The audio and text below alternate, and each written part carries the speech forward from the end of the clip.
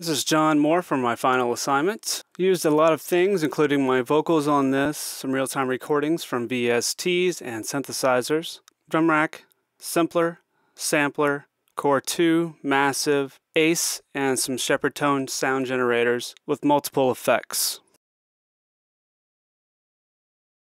I had multiple types of triggers, one for sidechain and another for video that I used in Video Rack, a Max for Live plugin, and I will be using that to have a music video at the end of this presentation. I had several types of vocode samples. On the first group, I used these as more of the intro and a fill-in. I used Orange vocoder that was MIDI triggered. I placed all the samples into samplers and added effects on those.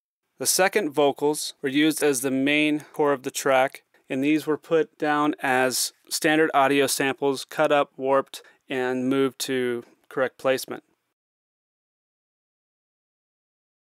The additional audio vocals were cut up and used for syncopated sounds that were laid with heavy effects. On the drum rack, I sampled in a bunch of audio from the Access Virus TI, and then I would cut those up and put those into each MIDI trigger. On the simpler bass sample, the only thing that I did was pull a bass sample in from a sample pack, put that into simpler, then I froze the track, pulled the MIDI down to an audio track. From there I put effects on that.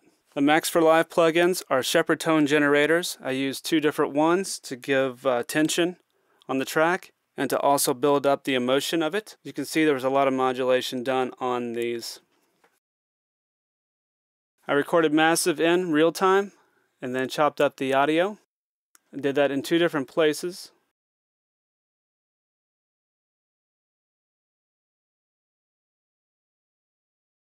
I also did a little bit of MIDI recorded altering where I took and recorded in MIDI, recorded down the audio, and then chopped it up and moved it using the ACE.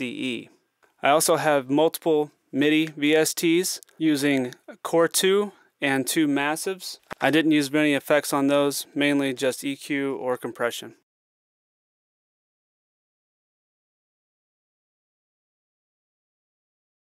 Alright, let's get this thing started.